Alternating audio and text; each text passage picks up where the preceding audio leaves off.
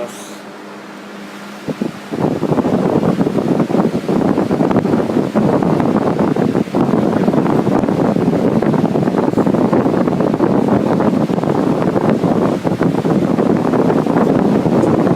Quítate, Javier, porque ya iniciamos aquí la transmisión. Ahí está.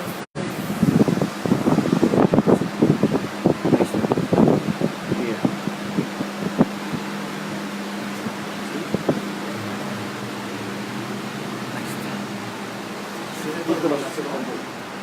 Por favor, Javier.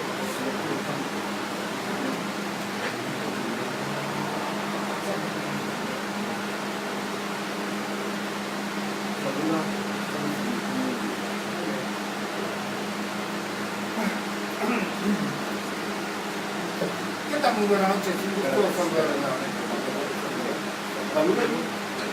Saludos aquí. Hola, ¿qué tal? Buenas noches. Bueno, muy bien. Vamos a ver un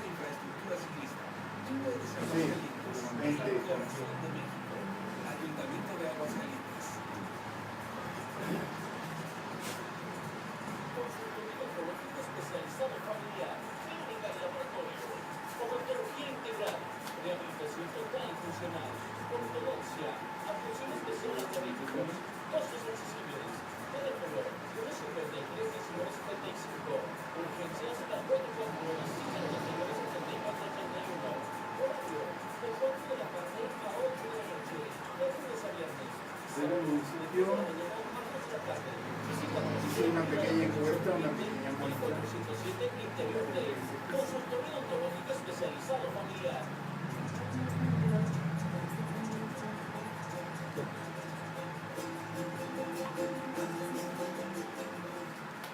¿Qué tal? Muy buenas noches, bienvenidos a una nueva emisión de Voces para el Cambio.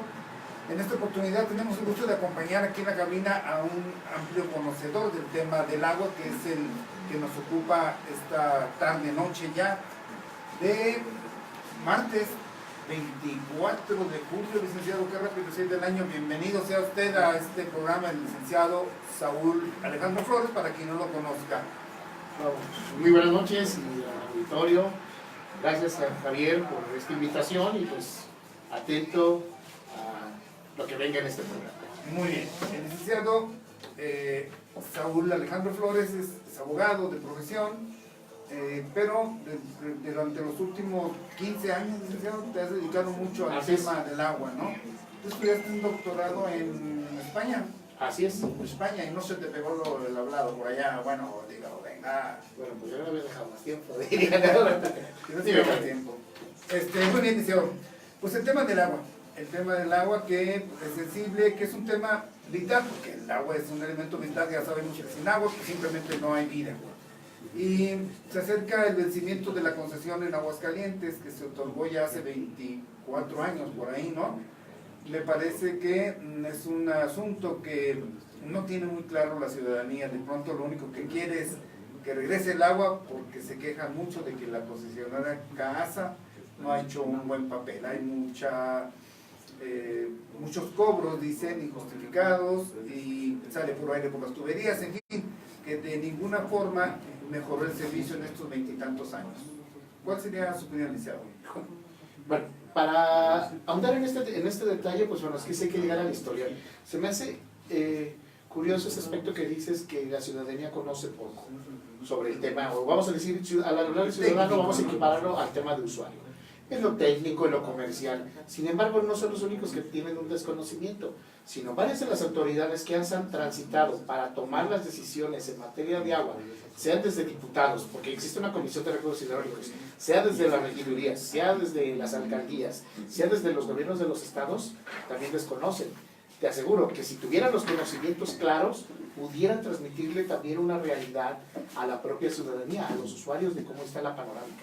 Porque lo que nos estamos hablando es solo uno de los aspectos que reviste el tema del agua, que es el uso, que le llaman uso público urbano, en específico el doméstico, porque también está el uso industrial. Sí, señor. El agrícola, que es el mayor consumidor de agua por muchas razones, pues simplemente la producción agrícola, ¿no? Que hablamos del 70% en promedio, y en ocasiones hasta el 80% de agua se utiliza en el campo, de lo que se extrae.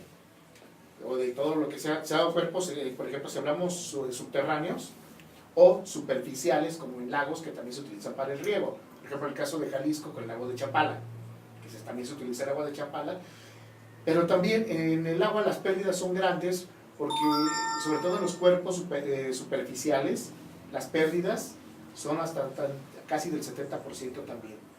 El agua que está arriba por evaporación, sabemos que está el sol y se evapora el agua, es un comportamiento natural, ¿no? Y en este caso, lo que se va filtrando, la evapotranspiración, porque se filtra, porque sabemos, no está impermeabilizado el suelo de los lagos ni de los ríos. Hay una filtración natural, entonces, realmente cuánto es el agua que se aprovecha. Y esto viene a exhibir que no contamos con la tecnología adecuada ni unas políticas claras en la cuestión de un mejor aprovechamiento del agua. Eso para decirlo. Entonces, pero sí es importante precisar, a veces decimos, no, es que el usuario no sabe, no, que realmente lo más peligroso es que quienes toman las decisiones tampoco saben. A ver, a lo mejor para ir del 1 al 10 o del 1 al 5, pudiéramos un poco hacer algo de historia sobre el agua en Aguascalientes, cuando nuestro propio nombre habla de estos manantiales, y que hubo un momento, la gente suponemos que teníamos agua en abundancia, que no había problema, que era gratuita y que solo era ir al río o a un arroyuelo para tomar agua. No, mira, el agua siempre está asociado al tema de las civilizaciones. Recordamos el río Nilo, lo que fue para la cultura egipcia, Mesopotamia, el Indo y el Ganges para lo que viene siendo la India, ¿no? En España, en Europa igual, en España el Ebro, el Tajo, el Duero, etc. Para el caso de Aguascalientes, cuando nace se recuerda que, pues, por ejemplo, 1519 llegan los españoles, 1521 toman Tenochtitlan, y a partir del año aproximadamente 1543, casi 22 años de que cae Tenochtitlan, se otorga la primera concesión de ganado a una Catalina Gallegos aquí en estas tierras. O sea, ya empezaban a llegar los exploradores españoles, 22 años. Catalina Gallegos, al darle esa, perdón, no concesión, era merced, que eran las mercedes que otorgaban, ¿no? Que viene a ser lo mismo para el caso, ¿no? Que eran las que otorgaban la corona. Aunque las mercedes eran de alguna manera gratuitas, había que pagar ahí algo por los fondos de la corona. Entonces, al tener esa merced, por supuesto, de ganado, va implícito también el agua. Ya se encontraba el caso de lo que nos dio el nombre, los manantiales. Bien, estamos hablando de 1542. Por allí, aproximadamente en 1580, se da el primer conflicto de agua. Casi recordamos el arroyo de los Adoberos, por donde está López Mateos, más arriba está el barrio de Triana. Es un barrio antiguo. Y recordamos que toda esa zona, desde atrás de la 5 de febrero, la Huerta Gámez, toda esa, antiguamente era quienes tienen 70 años o nos llevan algunos años, los hermanos mayores o los tíos nos platicaban que había huertos, ¿cierto o no? Sí, toda esa zona, todavía por ahí en la esquina de Paseo de la Cruz y... Yo cuando era niño pues, sabía de los huertos que había ya, de granadas y demás, ¿no? Todavía. Entonces, se da un conflicto porque también algunos de los españoles que llegan sobre todo a dedicarse a la agricultura comienzan con la siembra de cereales. El cereal consume mucha agua. Y finalmente llegaron los visitadores de la Real Audiencia de Guadalajara, llegan y ven, caramba, no, aquí no se va a destinar a trabajar los cereales, dice. va a ser para huertos, porque ya de hecho pues eran las famosas acequias o las rutas que ya se tenían para atender el caso de la necesidad para cultivar, ¿no? Los huertos, pero se prohíben los cereales, ponderando el uso público urbano, es decir, para los habitantes, ganado y lo que se tuviera ahí. Luego en 1616, 620 también se vuelve a dar otro conflicto similar por la zona, vuelven a llegar los visitadores, pero en el estilo español. Nos imaginamos que era una burocracia muy lenta, sin embargo a veces también era muy efectiva y se respetó y valga el sentido común. Es decir, el agua es para esto y para estos fines, no nos excedamos en otras cuestiones, ¿no? Que fue la pérdida.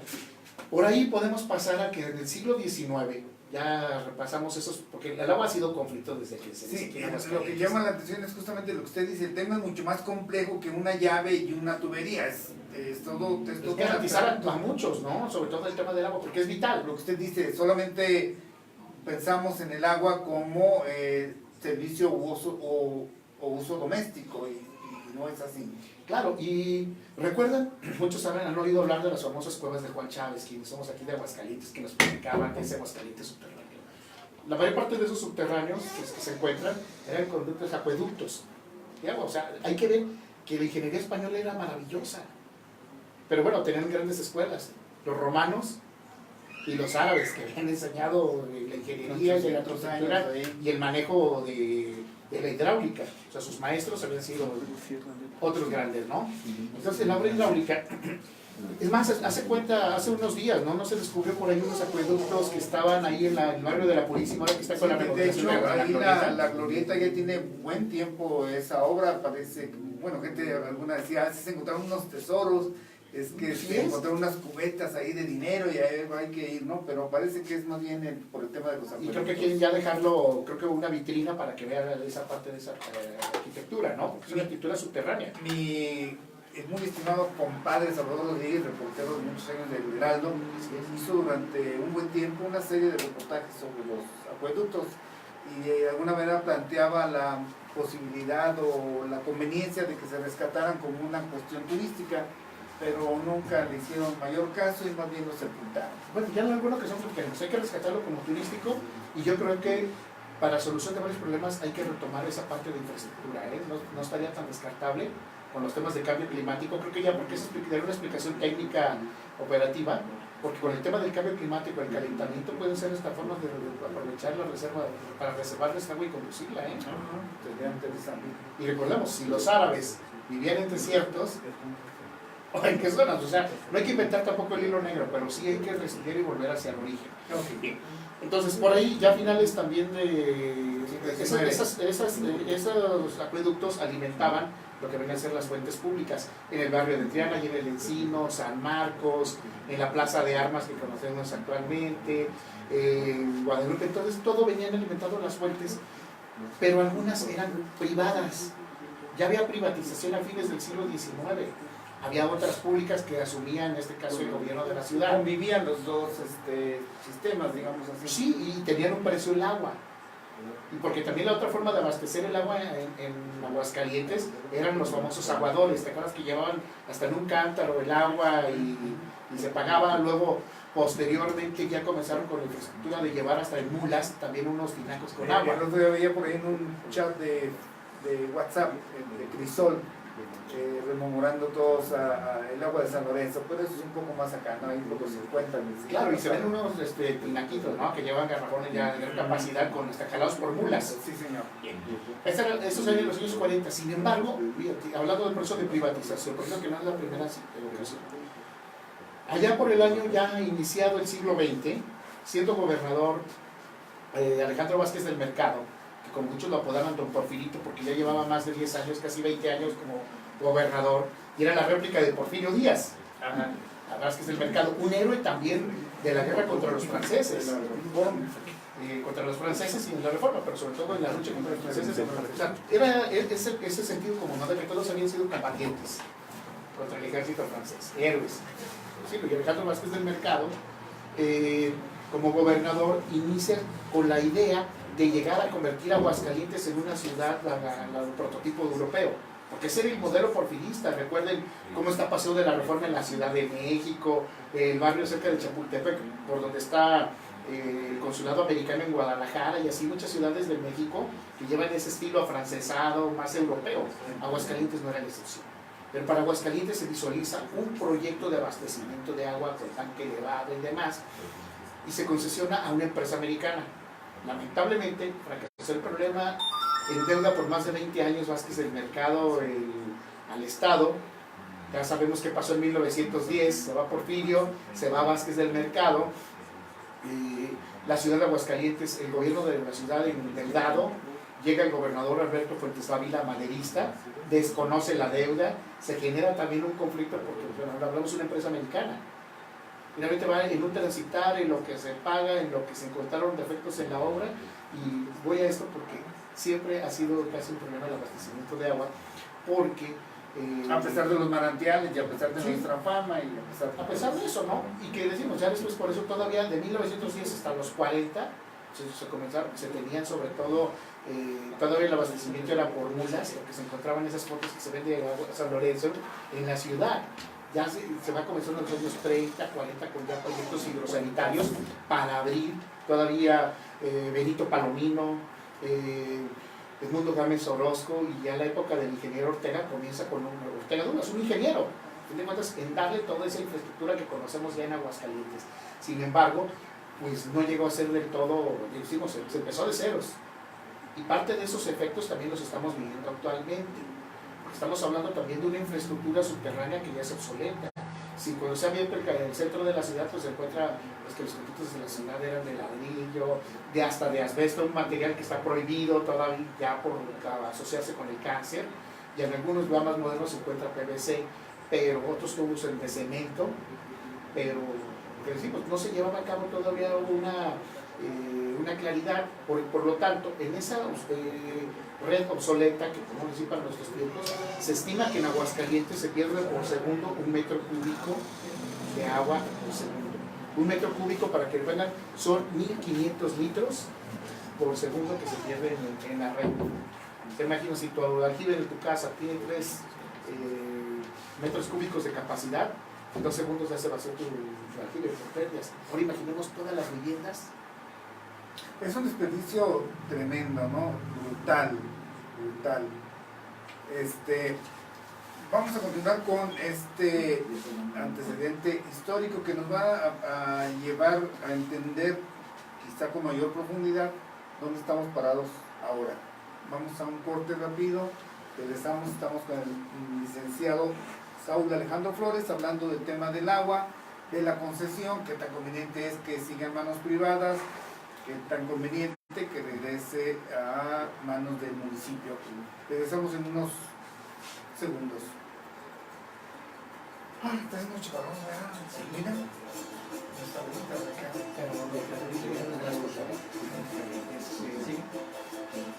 Sí, no sé si lo ves que es el mercado porque tiene documentado tanto el Chamuco como Jesús Gómez Serrano.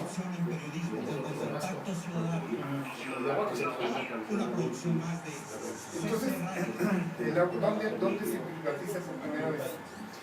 Podemos decir que la experiencia privatiza el abasto, no tanto el agua. A fines del siglo XIX, en el año 1850, todavía cuando pues con el abastecimiento de las fuentes, hablamos con mucho agua. Digamos que casa no es. No me acuerdo de la cantidad, pero ya Jesús lo tiene documentado, se cobraba X cantidad de centavos. Por el bote de 4 horas. Que utilizabas por el bote, tus cántaros, que le daban a para sus usos. Ya algunas casas contaban con caliente, pero por los privilegiados, ¿no? Que hacían. Las casas de la mayoría tenían ni siquiera una obligación de acueducto y todo por el mismo de agua. Pero todo la raza, los podemos decir ciudadanos ya tienen ese entonces. Yo veía aquí unas pilas, ¿no? En determinado lugar, cerca del Heraldo, ahí en el centro. Exacto, también se comenta que la pila estaba por el Heraldo. Luego había aquí la pila de los perros, ¿no? Aquí en la Altavista, por ejemplo, para San Pablo. Tienen más fama, pues la gente ahí acudía. Sí, algunas eran públicas, otras convivían los dos modelos. Pero, ¿qué es lo que hace dice que se privatice. Ya dijimos que el agua no, ¿verdad? El agua exactamente, ¿qué es lo que se sabe? Todos los problemas, sobre todo en el abastecimiento de agua, el tandeo siempre existía. El tandeo. Cargábamos agua, pero otra cosa es que no lo cobraban. Tanto la administración de Rodolfo Landeros, cuando Barragán se contaba que ya no había capacidad financiera para poder soportarlo. Si bien Puerto Granados también en el momento de otro, o sea, la concesión, ya Barragán ya estuvo viendo el modelo para hacer el acercamiento de Barragán como ingeniero público. Pero muy buena relación con el ingeniero Borja y con otros. El grupo de Católica era la primera mexicana en Nuevo Perú, dirigida por los franceses, ¿no? Originalmente se concesionó. Pero volvemos a decir, ahorita hablamos de lo que es la concesión y por eso te pregunto cómo se opera jurídicamente el título de concesión. Estás escuchando CC Radio desde Aguascalientes, México. Ok. Muy bien, regresamos. Estamos conversando con el licenciado Saúl Alejandro Flores, especialista en el tema del agua, y estamos hablando justamente de este tema, de cómo se ha distribuido el agua en Aguascalientes a través de concesiones o primero de encomiendas, ¿no? ¿Cómo se llamaba? Bueno, desde la primera de Mercedes. Las Mercedes. Llegamos a los tiempos actuales, más o menos. Después a mediados del siglo, digamos, el ayuntamiento, el municipio era el que se encargaba de la distribución, del suministro, del abasto, del mantenimiento, de la conservación, pero llega un momento en el gobierno de Otto Granados en que se concesiona, con Fernando Gómez Parza como alcalde. Así es el momento que se otorga la concesión. Sin embargo, detrás de esto, o sea, de todos estos antecedentes decimos, bueno, ya convivían los modelos de público, privado en las fuentes, porque la gente que no tenía, pues pagaba cierta cantidad por recoger ahí su cántaro, llevar agua desde la fuente o las pilas, cosas que había también aquí en Aguascalientes. La llave y las esquinas que había, ¿no? Lo que se llevaba se acarreaba directamente a la casa. Cuando ya hacia México que entra la modernidad, es Aguascalientes con las redes de abasto, sin embargo, pues decimos, como esa falta de tecnificación, de uniformidad, pues como decía uno de mis maestros, las redes eran de chile, de sal y de pozol, de mole, ¿no? Porque era, pues decir, de diversos materiales, lo cual pues no permitía, sobre todo, que se conservara o lo que le llaman ahora la eficiencia, que el agua que se extrae efectivamente llegara a las casas, ¿no? Y esto también debido, podemos decir, influía ya en el tema de los tandeos. O sea, muchos hay que ser autocríticos o más bien sensatos en la crítica. Yo tengo 52 años. Vivía en la calle Primo Verdad, en el centro, ahí, entre Cocío y Zaragoza. Yo en mi niñez tengo dos cosas tan significativas. Que una de las esquinas... ¿Dónde vivías en Primo Verdad? Entre Cocío y Zaragoza. Entre Cocío y Zaragoza. Hay unos departamentos por ahí, por esa área. Exactamente. Vivían los Diego de Alba, Ándale, los de Alba, los Delgado, la familia Fermat que vivía en Agustín R. González y Primo Verdad. Ahí se depositaba hasta la basura. Fíjate, es un tema significativo. La basura, quienes recuerdan, estaban los montículos, a veces ni en bolsa estaban.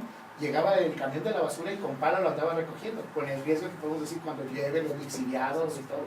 Ahora, en el tema de recolección de basura, somos otra situación, ¿eh? Sí. Independientemente que a veces también se ha colapsado el servicio de limpia porque ha durado días sin pasar. Ejemplar en el país. Pero ya no somos el mismo de hace 40 años ni de hace 50 años Aguascalientes, ¿eh? Segundo. Con Héctor del Villar empezó esto, si no recuerdo mal. Ya hay mejorando y que me acuerdo también con Miguel Romo.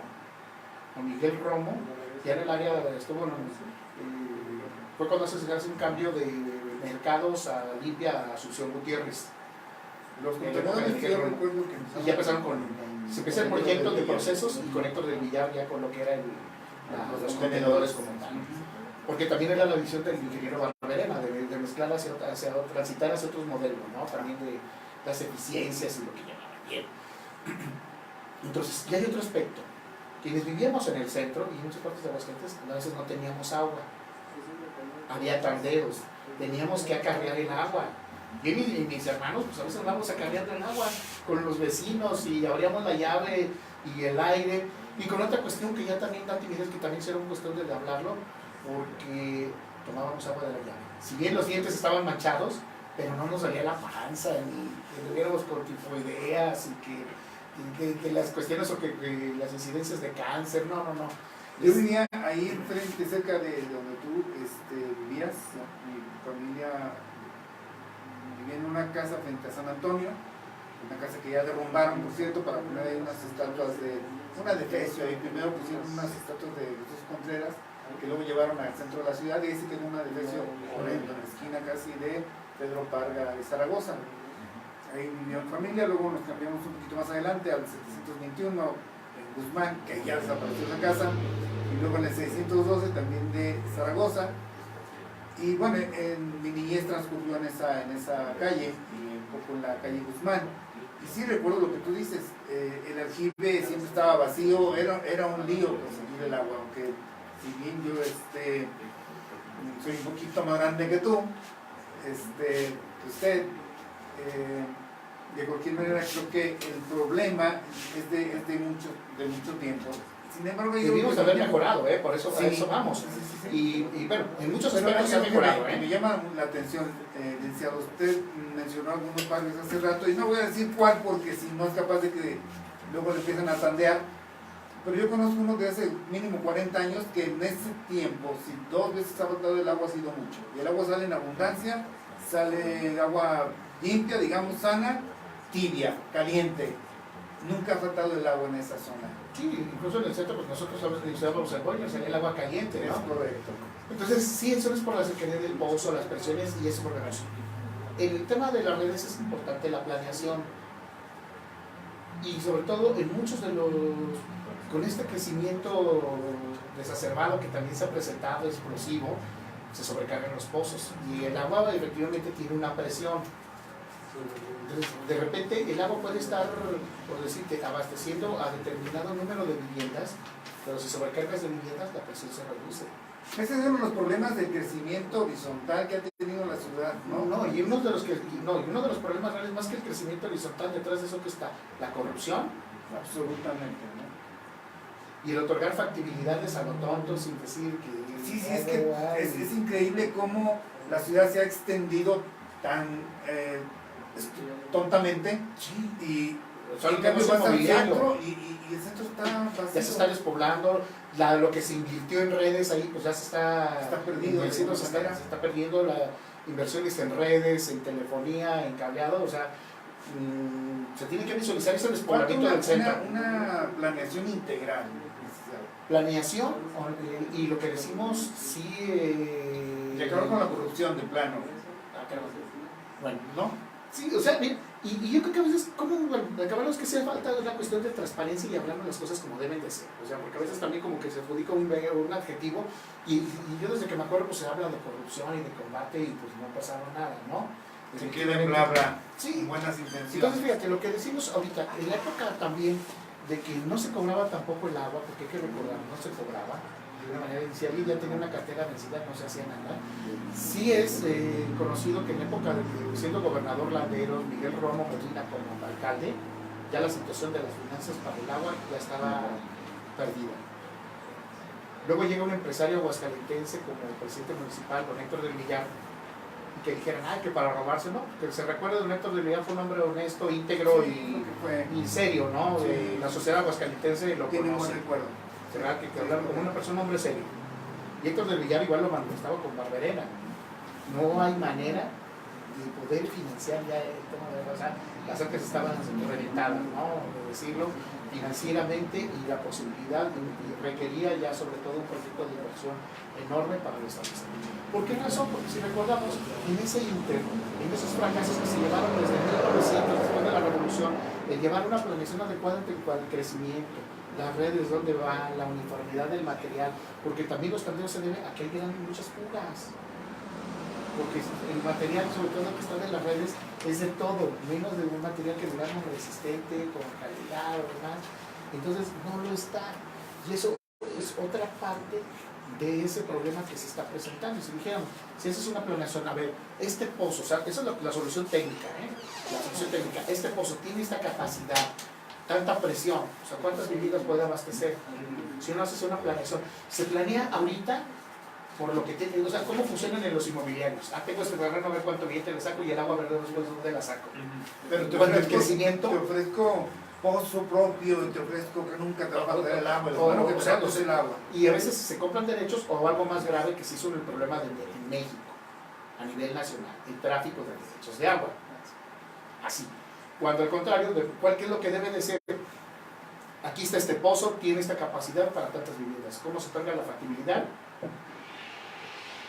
Se va a construir este fraccionamiento con estas características para ello.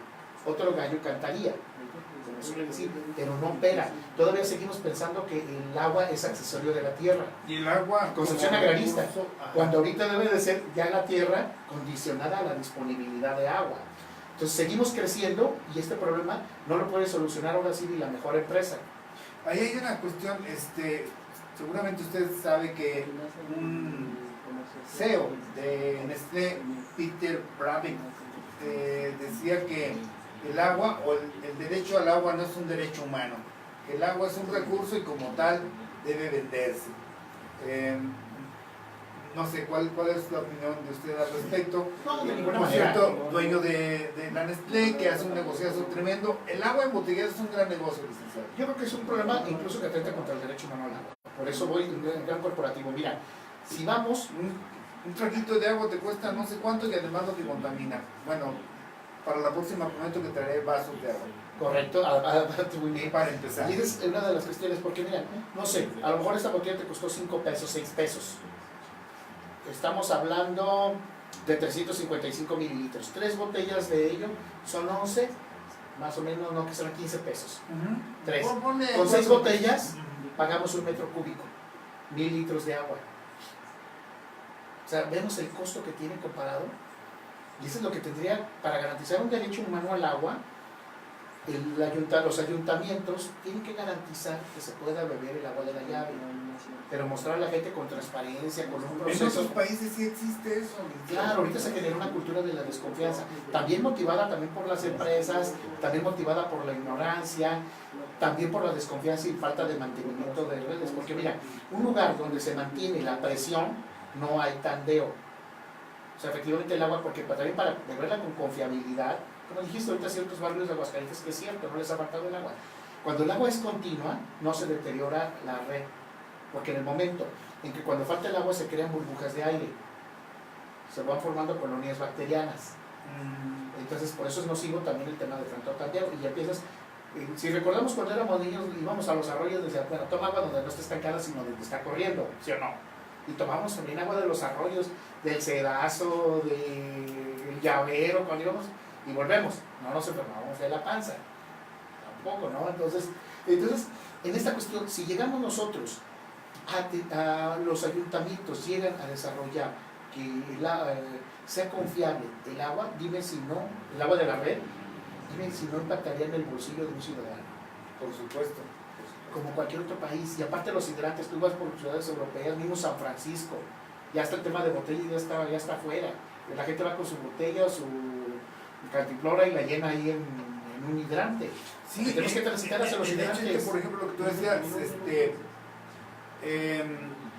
las propias empresas crean los rumores y demás, entonces dicen, por ejemplo, no Que es muy rellenes, ligera, no rellenes la botella porque como se calentó te puede dar cáncer, y la gente dice, no, mejor compro otra. Digo, Y son- muy son claro, ya pequeñas te les cosas. puse el ejemplo, 6 botellas de estas simplemente es 1 metro cúbico. ¿Cuánto llegaríamos a ahorrar? Definitivamente. Llegaríamos a ahorrar hasta de un promedio hasta de 500 a 1000 pesos en el bolsillo y con todo y pagando el recibo de agua, y no comprando agua embotellada, sino bebiendo. Que lógico, hay que también otros procedimientos que hay que tener limpios los aljibes, pero más que eso, lo que es la primera toma, la toma que llega directa de la calle, es la que se debería de poder emplear. Sí podemos decir que Secapama aquí en Aguascalientes lleva los monitoreos, si se encuentra arsénico también en algunos pozos, los ha clausurado, Es otro tema. pero sí lo ha hecho Secapama, Secapama lo ha realizado, entonces, pero sí podemos decir que podemos llegar a un tema de confiabilidad. Sería de lo más interesante esto, de los confiabilidad. Vamos a una pausa, licenciado. Estamos sobre las 8:49. Estás escuchando CC Radio, su radio favorita. CC Noticias. Estamos platicando con el licenciado Saulo Alejandro Flores acerca del tema del agua, de la concesión, de la disponibilidad, del abasto, de la distribución y de lo vital que resulta. Sin agua no hay vida, simplemente. Correcto. Regresamos. Ya si quieres también si queremos a la concesión, ¿qué es el título de concesión? ¿Cómo opera? ¿Cuáles han sido los problemas que tenemos aquí en el país y directamente en Aguascalientes con el tema de concesión? ¿Cuáles son los modelos alternativos que se pueden ver, sobre todo de llevarlo con seriedad?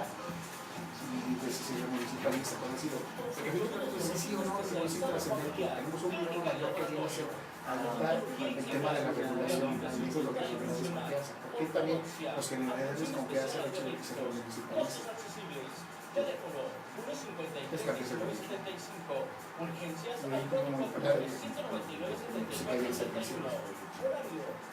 horario de 4 de la tarde sábado de 3 de la mañana a 2 de la tarde. Visítanos en la avenida de la Convención Pariente. ¿Qué me continuidad con ese capán? Consultorio ¿Cuántos directores hacen ese especializado capán de esa familiar. concesión? Pues es que cada Se pierde la curva de aprendizaje. Y los técnicos, por ejemplo, el técnico si ya tiene ese capán de tiempo, sabe. Pero los directivos Escúchanos a través de nuestros portales. toman las decisiones. Y a veces se viene la banda luego se conoce uno y lo mandan allá a la esquina arrinconado para que no ve. Así que es el político. el asunto es que este es un tema humano, ¿no? ¿Qué dijiste? Politizar lo que tiene que ser técnico. Totalmente y municipios aquí de Aguascalientes, México ya lo han hecho. Funcionan de una manera técnica, de un Monterrey. Ahí está el para mejorar la circulación de unidades y los alcaldes lo siguen claro, y saben que ya no pueden ir más. Si en un momento dado quieren quitar el sistema que hay, se lo deben enseñar a toda la sociedad. Tú eres Aguascalientes, el corazón de México. Hay quienes dicen la sociedad, yo hice una pequeña muestra, una pequeña encuesta y pues vamos a ver que las opiniones divididas.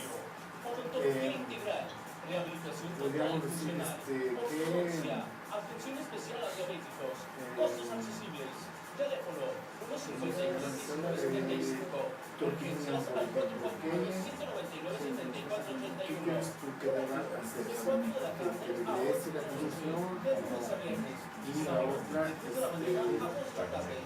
¿qué alternativas tendríamos en el caso de que no? ¿Qué alternativas tenemos? Consultorio odontológico especializado familiar. Y ¿cuál sería lo más viable? Te voy a explicar por eso que se tiene que trabajar es el modelo regulatorio, eso es una la política regulatoria que no tenemos. Vamos al aire. 2. Regresamos con el licenciado Saulo Alejandro Flores, estamos hablando sobre el tema del agua. Vamos a aterrizarlo un poco en la cuestión de la concesión. ¿Qué es en sí una concesión, licenciado?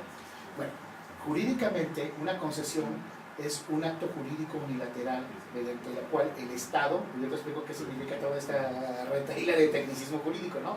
Es el acto jurídico unilateral mediante el Estado otorga a un particular el hecho de que pueda prestar un servicio público. Así de Digo el simple, Estado, es un acto unilateral, simplemente yo como Estado, algunos juristas o algunas teorías dicen que es un contrato. No es contrato porque un contrato es un acuerdo de voluntades donde tú y yo pactamos, ¿no? El Estado te dice, a ver, estas son las condiciones para que tú prestes el servicio. Ese es el acto unilateral. Lo vas a prestar para eso, es un guión y tú te vas a pegar porque necesito que cubras bajo estos parámetros y características el servicio de agua. La cuestión es de adhesión, ¿le entras o no le entras? No hay ¿No lo quieres? Ah, pues me voy con otro, a ver quién me lo ofrece. Ese es el sentido estricto. Ok. Pero, lamentablemente, en la doctrina mexicana y en la práctica mexicana, el título de concesión ha quedado mucho a deber por falta de conocimiento también en la practicidad. Y no me voy tan lejos. Aquí en Aguascalientes padecemos el tema de los servicios de Atusa, de las concesiones, ¿sí o no? Sí. Y que amenazan o coartan cuando no se puede dar un buen servicio, sino hasta casi que se amagan al gobernador en turno. Creo que el gobernador ya lo puso en su lugar ahora. El tema de las concesiones de taxi, y digo casi históricamente, no digo que el gobernador sino que qué lugar se ha venido. Simplemente la administración pasada se armó todo un caos por parte de este corporativo, ¿no? Hay Este tema servicios de que el agua, Estado está obligado a dar, pero que no puede darlo, entonces se lo cede a los particulares. ajá, Digamos así, en eso pues, tiene que cubrir bajo ciertas condiciones. bajo ciertas condiciones. Sin embargo, hay que reconocer, ya en el 93 cuando se otorga la concesión y luego en el 96 cuando precisamente Alfredo Reyes Que ha sido muy primero- criticado, ¿no? sí, y porque él dijo, bueno, vamos a remunicipalizar porque recordemos que el agua a partir de ahí tomó tintes electoreros. No políticos, El no asunto es políticos.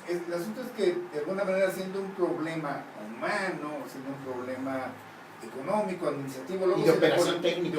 de técnico, Y operación se técnica. politiza, ¿no? Y yo creo que politiza no es lo malo. También hay que ponerle los nombres correctos a las cosas. ¿Sí? Se vuelve de tintes electoreros. Electorero, más que Político. político. Porque el agua sí debe de estar politizada por una razón. A quien le aprendí mucho en este tema de agua, ya un hidráulico muy respetado a nivel nacional y ya con una carrera y que ha sido director de organismos municipales de éxito aquí a nivel nacional, ni siquiera en Europa, aquí en México, como es el de León, el ingeniero Emiliano Rodríguez. Entonces, él dijo, no, es que el agua tiene que estar politizada por una razón, la polis. Se En lo, puede ese esperar sentido. se lo puede esperar un politólogo, pero no un ingeniero ese concepto, pero es razón.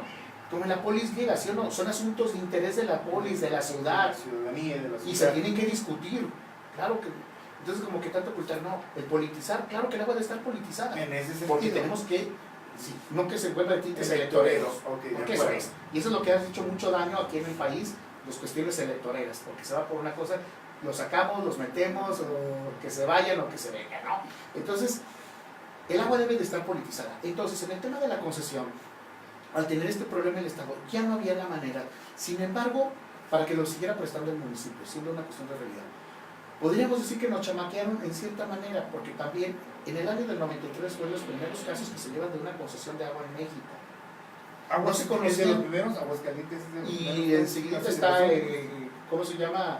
Aguacán en Cancún, por la misma empresa. Ah, ok. Aguacán, que hace poquito ya renovó su título de concesión, poquito fue antes Aguacán y luego ya Aguascalientes. Pero en el caso de Aguascalientes, al volverse de parte electorera, al decir la gente vota porque sí, efectivamente ya era el descontento por...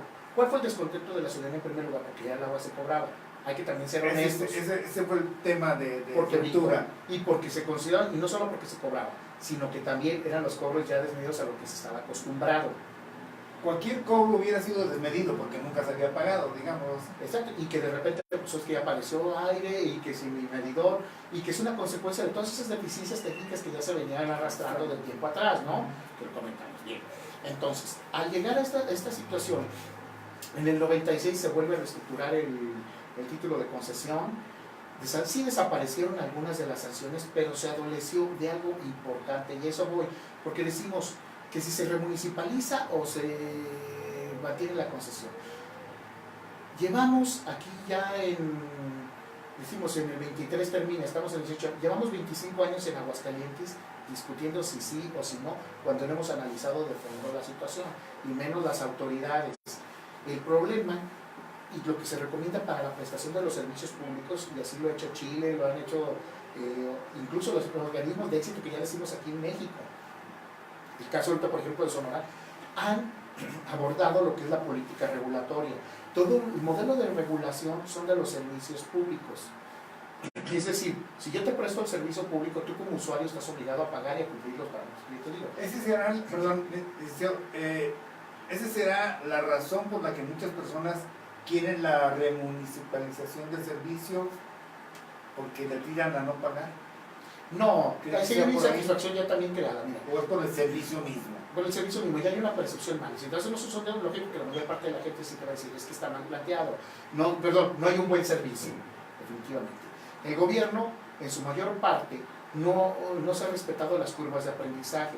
Los cambios de administración vienen a dar con el traste los avances de que ya se elaboró una administración anterior. No sé si se Se refiere pierden los al organismo conocimientos. regulador. No, el organismo regulador debe ser un tercero. Un tercero. Porque si el municipio es el que va a determinar este sí paga o este no paga, no se puede ser juez y parte, aparte por principios de equidad. De acuerdo. Entonces, si yo soy, por decir, Secapama, si yo prestara ya el servicio de agua o la empresa, necesito alguien, un tercero que derive y por eso el usuario, tú me tienes que pagar. Y cumplir para pagar lo que yo te pido de acuerdo a tu contrato. Ah, pero yo que estoy obligado como empresa a brindarte un servicio con estas Porque características. estoy pagando. Entonces, si tenemos un tercero, que es el ente regulador, que es el que nos va a estar exigiendo que tú cumplas y que yo cumpla, perfecto, ¿no? Que yo tengo que invertir, que tengo que hacer esto, correcto. Eso quedó fuera del título de concesión, decíamos, eran tiempos atrás. Éramos nuevos en esa parte del tema Nos del agua. chamaquearon, dice usted. Como se puede decir, ¿no? Sí. Nos chamaquearon. Ya un corporativo que decimos de muchos años atrás, la empresa no es un corporativo que nació hace 20 años ni 30, es una empresa de ya del siglo XIX, que ha tenido muchos cambios, es lo que podemos decir el mayor tiburón, hablando en ese aspecto de empresas, a nivel mundial, así, hablando en este caso. Entonces ya ha tenido diversas experiencias, pero nosotros aquí todavía en la parte del gobierno no teníamos una claridad.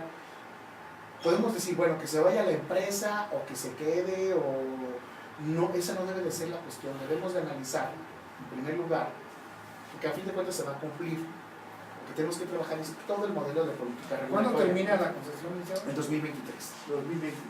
Entonces, un proyecto de regulación se dura aproximadamente 3 años.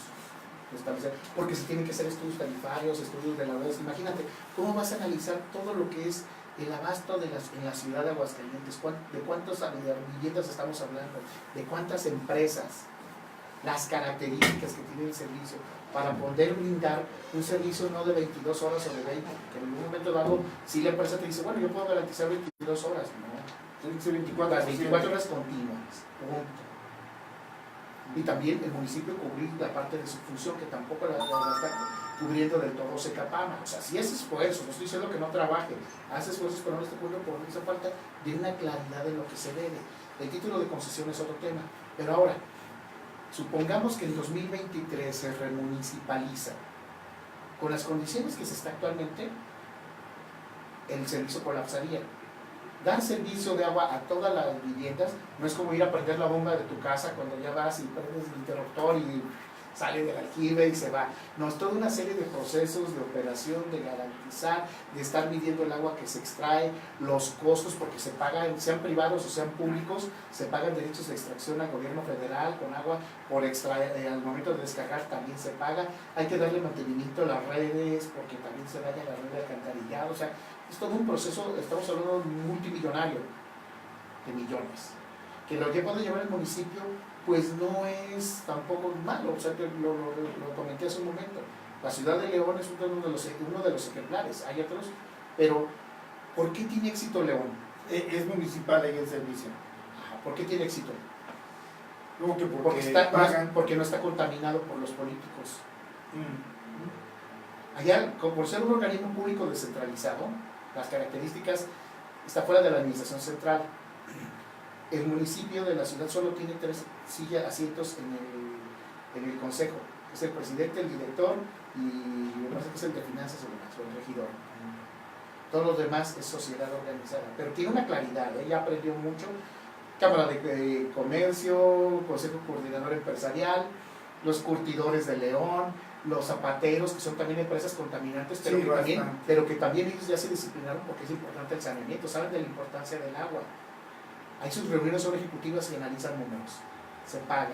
Carteras vencidas casi al corte y una mayor satisfacción de parte de los usuarios. Y es Y municipio. también tuvo problemas un tiempo, ¿no? Han tenido, claro, porque ahorita también del abasto tienen ese problema de dónde van a sacar agua a León para los siguientes años. Por eso se está, que el agua del río se puede construir la presa del Zapotillo, que ha sido muy criticado, muy cuestionado. También tiene ese problema hacia el futuro León. Sin embargo, hablando de eficiencia, pues imagínate, se van los proyectos municipales y no cambian, se manejan cuentas claras y no está politizado ni brillado. Electoralmente se va, simplemente mira, te platicé de una persona que estuvo como 2 administraciones y media en el organismo operador de allá. La persona que acaba de tomar posesión como directora de Zapal tiene aproximadamente 65 años de edad, la ingeniera Angélica Casillas, y Angélica Casillas tiene más de 40 años ha sido directora de la Comisión Estatal de Agua de Guanajuato. O sea, ve el perfil del director desde CONASA y demás, ¿no? O sea, más de 40 años, dime qué experiencia tiene la directora. Toda, ¿no? Toda su vida ha estado. ¿Cuál es el problema también en Secapama? Y lo digo con respeto para muchos de sus directores y muchos han hecho gran esfuerzo. Cada 3 años se cambia. Secapama también tiene muy buenos técnicos, pero a veces no sabes el director con que hay ánimos, y si tú dices una cosa, te mandan y te refunden ahora al almacén o te dejan fuera de otros. Le contradices, el jefe siempre tiene la razón. ¿Y cuál es uno de los problemas que yo le vería? Que ahorita el tema electorero para un municipio es que al cambio de gobierno cambiaría de personal y el servicio se colapsa. Aunque no quieran decir, la empresa, con todo lo que se le critica 25 años, sus técnicos y demás, hay una curva de aprendizaje. El organismo de Querétaro, que es estatal, maneja los 19 también municipios. Da un gusto ver a los directores que han llegado y fíjate, sin soberbia, dicen, el trabajo que tenemos ahorita en Querétaro es trabajo de 30 años. Y empieza a mostrar nuestra plantilla, tantos trabajadores tienen 30 años, tantos 25, tantos 20, tantos 15. Y el director te dice, yo soy un elemento que ha venido sobre todo a refrescar una parte, pero se respetan las trayectorias y la experiencia. Se reconoce y se aprovecha. O sea, hay una filosofía. Que nos falta en Aguascalientes. Sí, todavía, es que todavía en Aguascalientes, como usuarios, como que ciudadanos, estamos hemos despertado. Y también estamos como a la mitad, ¿no? Licenciado, entre si queremos, no queremos, como que no hemos definido ese tema. Debe de tomar una acción clara el empresariado de Aguascalientes. Y a muy largo plazo. Pero no para ir a sentarte a comer galletas y tomar café, sino decir, ¿cómo voy a tomar decisiones? ¿En qué voy a participar para que el agua se garantice? Y es que no solamente son los empresarios, están las universidades, la Universidad de Guanajuato. Imagínate un escenario en donde el agua en Aguascalientes está administrada por representantes de cámaras, por los representantes de los colegios, economistas, ingenieros y universitarios. No, sería y donde te piden cuentas, porque ahorita el problema también de México viene a ser la simulación, y no es de que si se va o no. Ahorita, por desgracia, está muy marcado el tema electorero y populista. Dicen que es la moda. No. Ahorita estamos en un momento crucial porque la gente se les encanta de hablar con la verdad. ¿Qué se puede y qué no se puede? Y en Aguascalientes hemos perdido de veras el rumbo en la administración del agua porque se ha convertido en un tema, lo acabo de decir, electorero, y las pocas reformas que se han hecho en materia de reglamentos y leyes son electoreras en el tema de la tarifa. Son inmediatistas, ¿no? Y no por conservar también el agua y brindar un buen servicio. Es que más que brindar el agua, parece que lo que se trata es conservar los votos. Ha sido muy refrescante el tema, creo que hay muchísimo por abundar ahí, espero que en una próxima oportunidad que usted tenga el tiempo, nos acompañe aquí en Voces para el Cambio, y pues por ahora le agradezco. Si el modelo regulatorio también podemos abordarlo, y por fin se puede decir, para que se entienda qué es el modelo regulatorio que nos queda por ahí de tarea, y lo comprometo para que en una próxima oportunidad hablemos de todos estos temas que nos quedan por ahí pendientes y los que nuestros amigos nos pongan ahí en el Facebook. Por ahora, pues le agradezco enormemente su presencia, sus conocimientos, haberlos compartido con nosotros. ¿Está escribiendo en la jornada en el Heraldo? ¿Dónde está escribiendo? ¿Dónde está escribiendo ahorita? En el Heraldo tengo una columna semanal, donde el agua nos alcance. En la revista NEAS Nacional también tengo la colaboración bimestral. Si se busca NEAS, ahí en la parte de revista también tengo. Y en la televisión también. Y en 8TV, Conociendo el Agua, un espacio de cultura. De acuerdo, pues ahí pueden encontrar ustedes la opinión docta del maestro Saúl Alejandro Flores. Yo por mi parte les agradezco mucho. Aquí nos estaremos escuchando en CC Radio MX, CC Noticias. Muchas gracias, nos vemos mañana. Gracias, Lick.